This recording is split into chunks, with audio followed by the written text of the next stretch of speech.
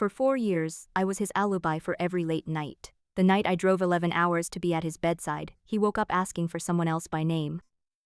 His name is Julian Voss. Before I explain what happened in that hospital room, you should know how a smart woman ends up spending 4 years of her life as someone's cover story. Because if I skip straight to the ending, you'll think I was a fool.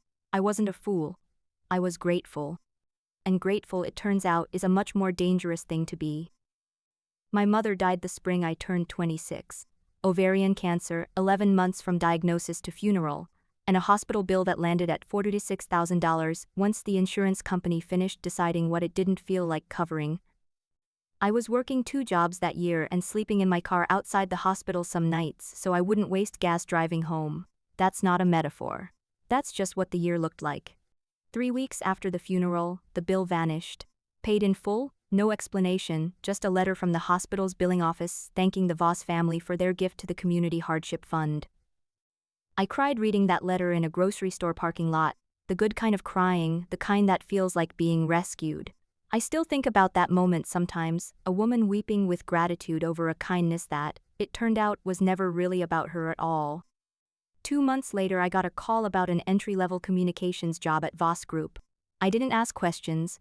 You don't ask questions when the universe finally does you a favor. I said yes before the recruiter finished the sentence. I met Julian 8 months into the job, at a hotel lounge downtown.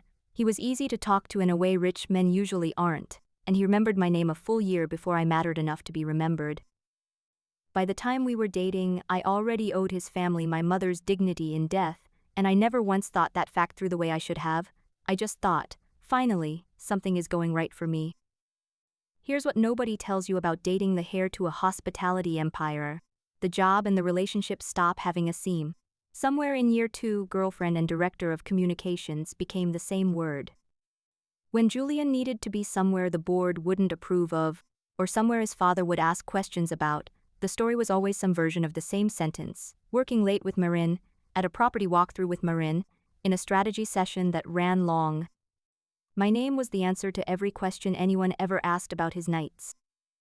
I want you to understand what 4 years of being useful does to a person. It starts to feel like love if you hold it at the right angle.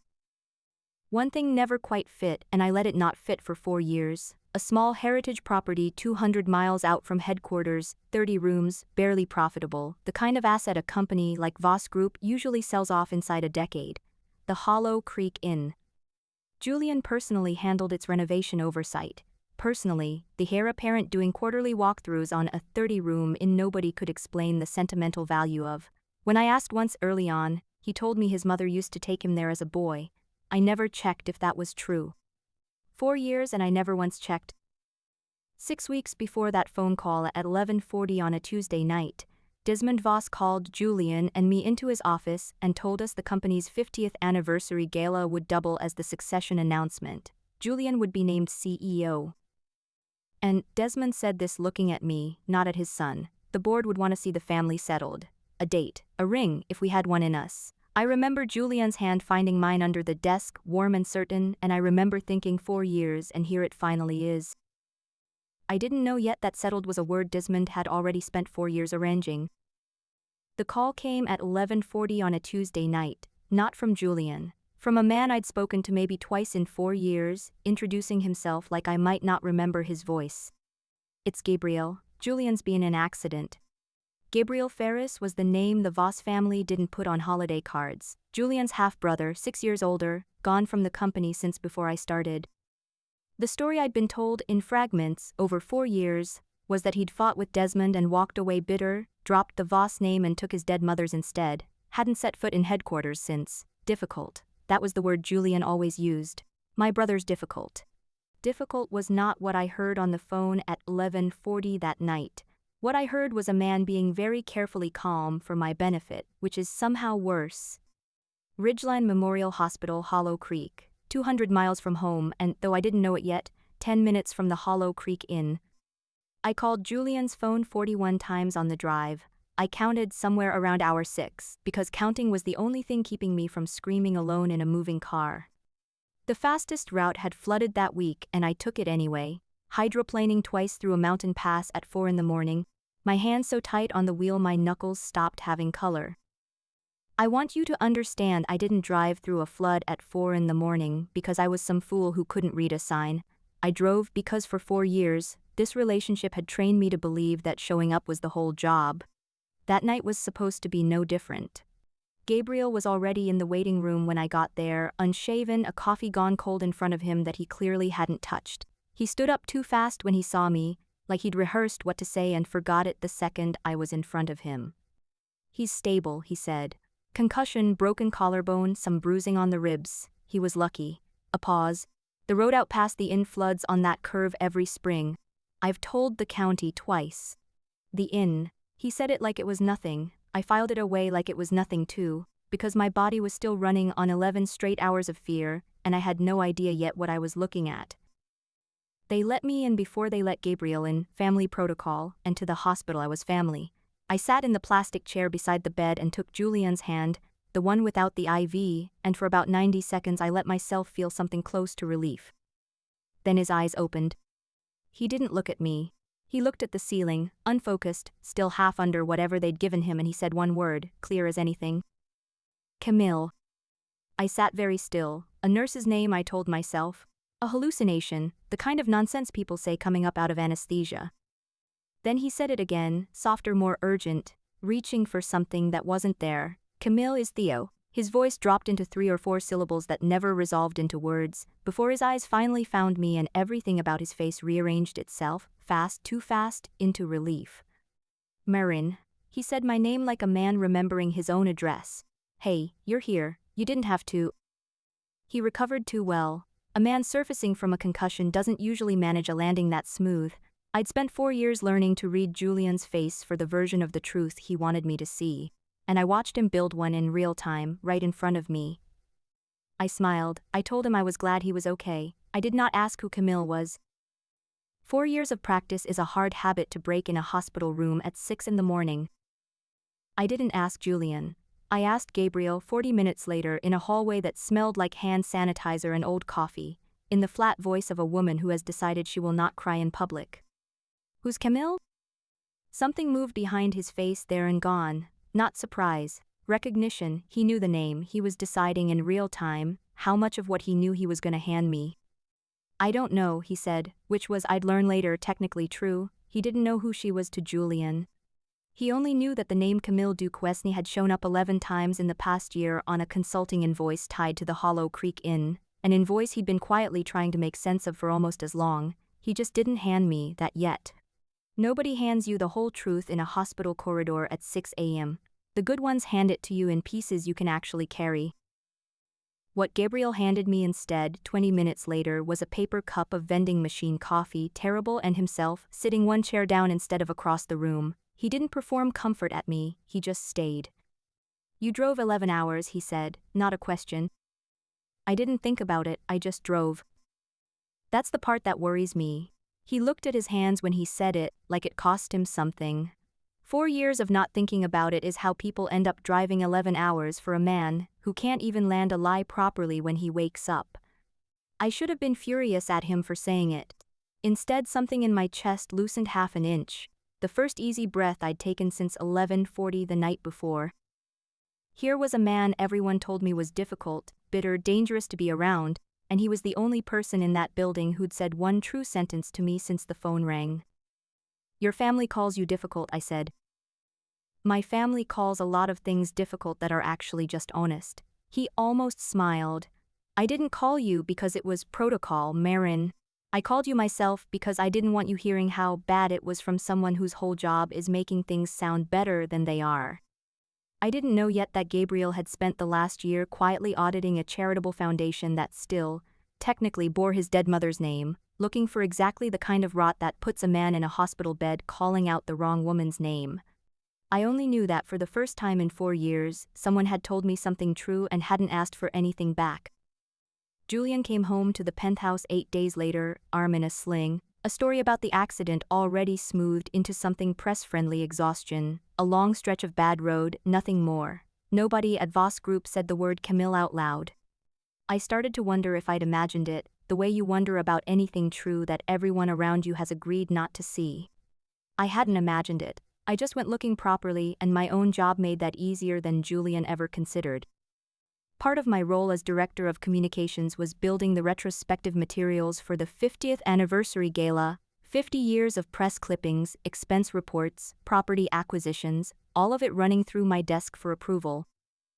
I'd done the same work every anniversary cycle without once looking for anything. This time I looked. The Hollow Creek Inn had exactly one line that never matched a normal property's paperwork: a recurring consulting contract, 4 figures a month, paid to a firm called Duquesne Hospitality Advisory. 4 years of it, starting the same month I'd started at Voss Group, close enough that my hands went cold reading the first invoice date.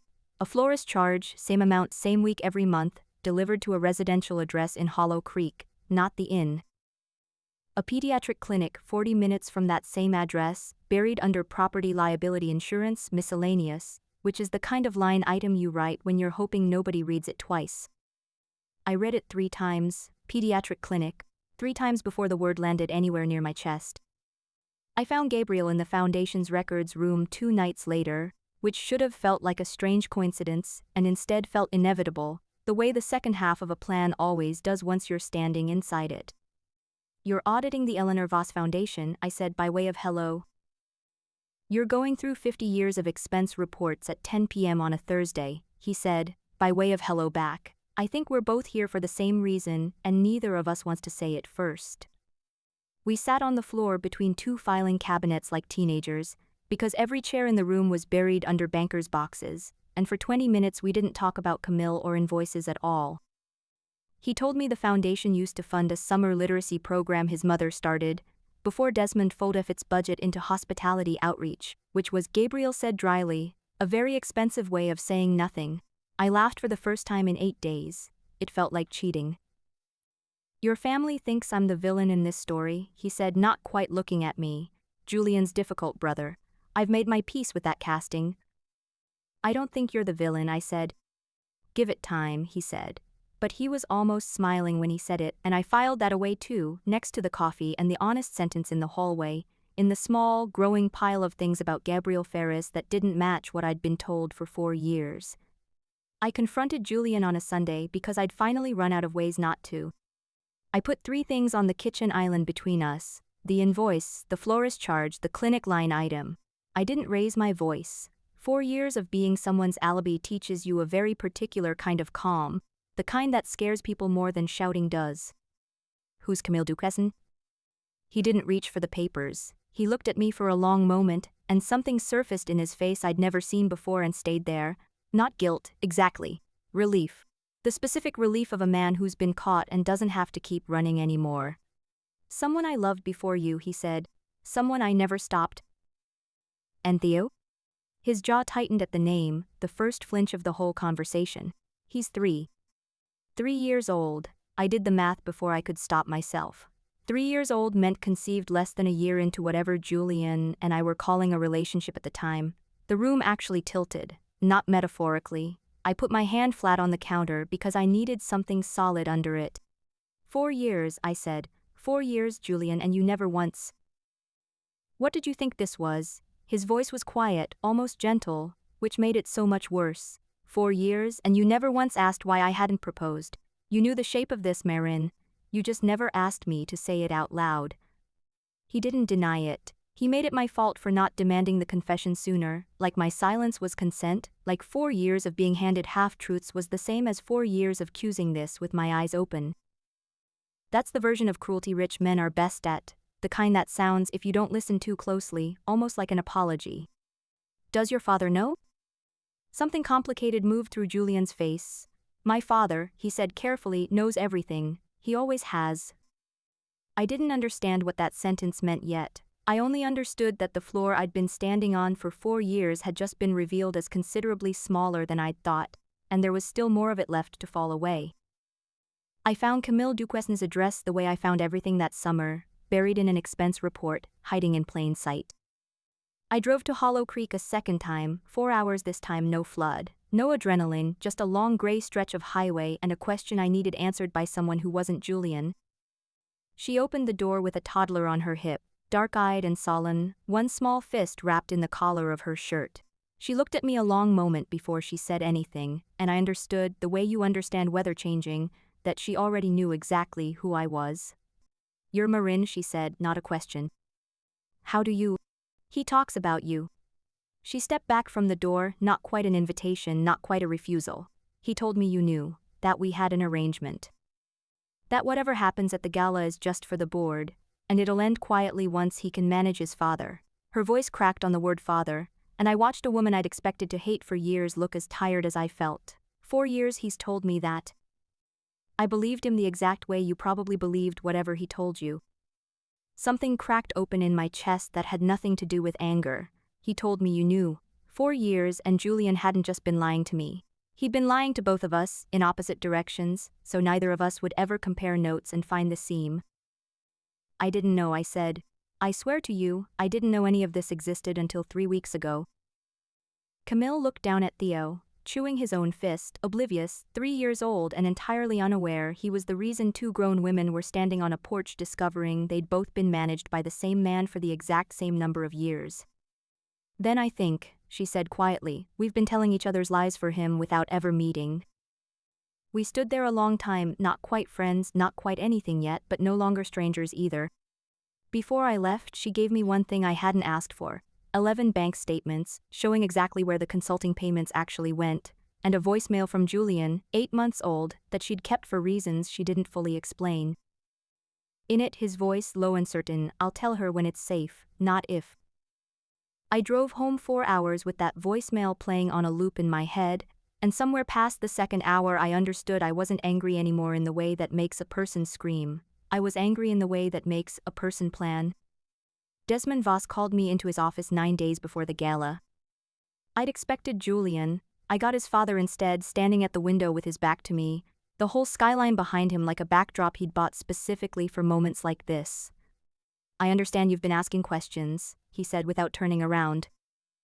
"I understand you've been paying for the answers to disappear," I said. He turned then, and for the first time in 4 years, Desmond Voss looked at me like I was a problem instead of a fixture. "Careful, Marin. You have a great deal riding on the next 9 days going smoothly. More than you know." "Is that a threat?"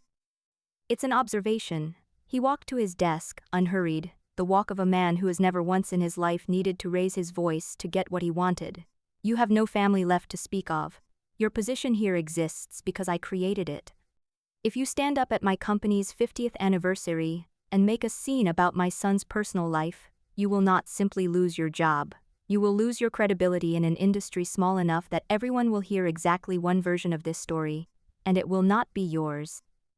My hands went cold, my mouth went dry. I did not cry in front of him, which I count now as one of the harder things I've ever done. "You'll go back to nothing," he said, not unkindly, which was somehow the cruelest way he could have said it, "or you'll stand on that stage in 9 days and smile, the way you always have. The gala proceeds as planned. Julian's announcement proceeds as planned. This conversation didn't happen." I left his office and, through the glass wall of the adjoining conference room, saw Gabriel sitting across from him 20 minutes later, both of them leaning in close over a document I couldn't see, Gabriel's face unreadable in a way it had never been with me. I stood in the hallway and felt something worse than anger. I felt alone. I'd let myself believe, over 3 impossible weeks, that Gabriel was different. Watching him through that glass, deep in quiet conversation with the man who had just threatened to erase me, I let myself believe I'd been a fool twice in one summer. I made it as far as the parking garage stairwell before my legs stopped agreeing to hold me up.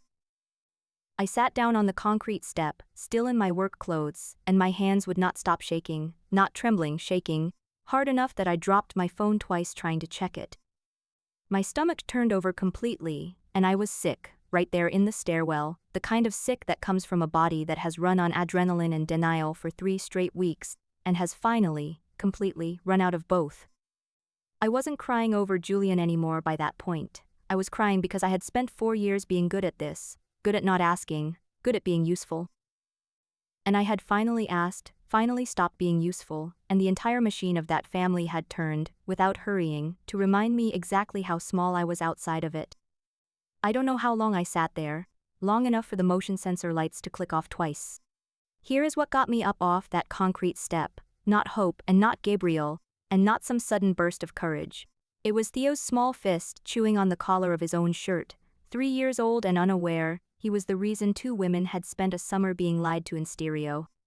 I stood up because somebody's kid deserved better than growing up as the family's best-kept secret, and so did I. I called Desmond's assistant the next morning and told her, in a voice I made sure was steady, that I'd be honored to be part of the anniversary program, that the engagement announcement could proceed exactly as planned. I said yes softly. I didn't argue, didn't threaten, gave neither Voss man a single reason to look at me twice. I've since learned that the quietest yes you'll ever give someone can also be the most dangerous one, if you already know something they don't. Because here's what I knew, and Desmond didn't. I was the one who'd built the anniversary program. Every slide, every clip, every number that would appear on the screens behind that stage belonged to me, had belonged to me for months, long before anyone thought to threaten me into silence. I called Gabriel that same afternoon, and when he answered, I asked him one question before anything else. Were you and your father planning something behind my back? A pause long enough that my stomach dropped before he even answered. I was showing him 11 months of foundation disbursement records tied to Hollow Creek, he said. I've been building a case since before you knew there was one to build. I didn't tell you because I needed him to think he still had control of the story right up until the moment he didn't. Another pause. I should have told you.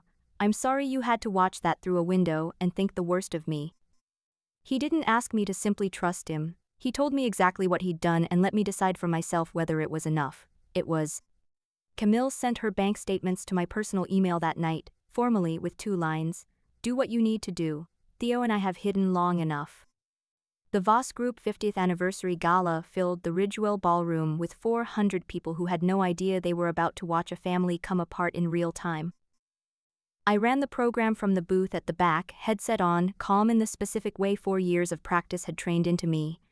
Julian found me 20 minutes before the retrospective segment, his hand closing around my wrist, gentle, certain, already halfway into the smile he'd wear on stage. After my toast, he said, the ring's in my jacket. Just smile when I turn around. That's all I need from you tonight. I always smile when you need me to, I said, and meant it as the truest sentence I'd said to him in 4 years. The founder's bell rang 3 times, the old brass service bell from the very first Voss Hotel, the way it had every anniversary for 50 years, and Julian took the stage to applause that sounded, to me, like a countdown. My segment came next. 20 years of the Eleanor Voss Foundation, a retrospective Desmond himself had approved without reading past the title slide, because why would the communications director need supervising on her own numbers? The screens behind Julian lit up with Eleanor Ferris Voss's face, 26 years old, in a photograph I'd chosen myself, and 400 people went quiet out of simple respect for a dead woman none of them had known. Then the numbers changed. I narrated it the way I narrate everything, clear, unhurried, the voice of a woman who has done this 100 times, 20 years of disbursements, literacy programs, a hospital wing, scholarship funds. And then 4 years of a line item labeled Hollow Creek Inn, consulting advisory, dates matching month for month, the calendar entries I'd once mistaken for nothing. A florist charge, a pediatric clinic. A name, Duquesne Hospitality Advisory, sitting on a screen 40 feet tall behind a man who had just finished telling 400 people how proud he was to carry his family's legacy forward. I didn't raise my voice once. I didn't need to. The silence that fell over that ballroom did all the work shouting would have done, and did it better. Desmond reached the microphone before Julian could recover his face. This is a private family matter, he said, smooth as anything, 40 years of practice in his voice, and I won't let it overshadow 50 years of. Since when, Dad? Gabriel's voice from the floor, not loud, but the kind of quiet that cuts through a ballroom better than a shout ever could. He was standing close enough to the stage that the microphones caught him without trying. Since when has it been private? Since you pulled Marin's HR file 4 years ago and decided she'd make a convenient story? Or since you paid off her mother's hospital bill yourself, out of a fund with my mother's name on it, to buy your son a girlfriend who'd never ask the wrong questions? The room did not breathe. Desmond's composure cracked exactly once, exactly enough. I secured the right woman for him, too fast, too loud for a man who prided himself on never raising his voice. I have kept this family standing for 40 years. I was not going to let one girl's feelings undo it. 400 people heard a patriarch admit, on a live microphone, to engineering his own son's relationship as a public relations strategy. funded through his dead wife's charitable foundation. I watched 3 board members reach for their phones before he'd even finished the sentence. It took the board 11 days to make it official, though the outcome was never really in doubt after that night. Julian was removed as COO and struck from succession entirely, the board citing, in language considerably drier than what actually happened, conduct inconsistent with fiduciary responsibility. Desmond was moved to Chairman Emeritus, a nice office, no operational authority, effective immediately, pending a full independent audit of the Foundation's disbursements over the preceding decade. Restitution was ordered in an amount the board never made public, though I happen to know it was substantial. Gabriel Ferris was named interim CEO by unanimous vote 6 weeks later. Nobody called him difficult in that meeting. Camille and Theo got something no line item had ever given them, a legal settlement negotiated in daylight, in her name with her own lawyer, no consulting contract required to disguise what it actually was. 6 months after the gala, she sent me a photo of Theo's first day at a real press school, in a real town she'd chosen for herself. I keep it on my desk. I found Gabriel outside the ballroom afterward, away from the reporters already circling like they'd smelled the story before it broke. "You didn't check on your brother first," I said, "or your father." "No," he agreed, "I checked on you first." He held out a folder I hadn't seen him carrying all night. "It's a job offer. Head of communications, my company, wherever it ends up going. I drew it up 3 weeks ago before any of this happened, before I knew how tonight would end. It doesn't change based on what you decide about anything else." Something almost shy crossed his face, 4 years too late by anyone else's math and exactly on time by mine. "I need you to know that offer was never about tonight going well." I took the folder, I didn't open it yet. Some things you let sit unopened a minute, just to feel the weight of them being real. "Why didn't you tell me about the invoices sooner? That first morning at the hospital?" "Because just driven 11 hours for a man who couldn't even land his own lie," Gabriel said quietly. "I wasn't going to hand you a second one before you'd had breakfast." 6 months later, I run communications for a company that doesn't need me to be anyone's alibi for anything. Camille and I get coffee sometimes now, an odd, hard-won friendship neither of us saw coming on that porch in Hollow Creek. Theo calls me Marin who brings cookies, which is, I have decided, the best title I have ever held. Gabriel asked me, on an ordinary Tuesday with no cameras and no boardrooms and nothing writing on the answer, what I wanted. Nobody had asked me that question in 4 years, without already knowing the answer they wanted to hear. I told him the truth, plain and small, dinner and the rest of the week off, and maybe someday soon, a door with just my name on it. He didn't make a speech, he just nodded like the smallest request in the world was still worth taking seriously, and reached over to fix the crooked corner of my collar, the way you'd fix something you intended to keep around. 4 years I gave a man who needed an alibi. It took one honest morning in a hospital hallway to find someone who never once asked me to be anything but exactly, entirely myself. Did she go far enough, or was she still too merciful? Comment justice if the ending was perfect. Comment harder if you wanted an even colder revenge. Your comments decide how ruthless the next ending should be. Like and subscribe if you want to be here for the next story.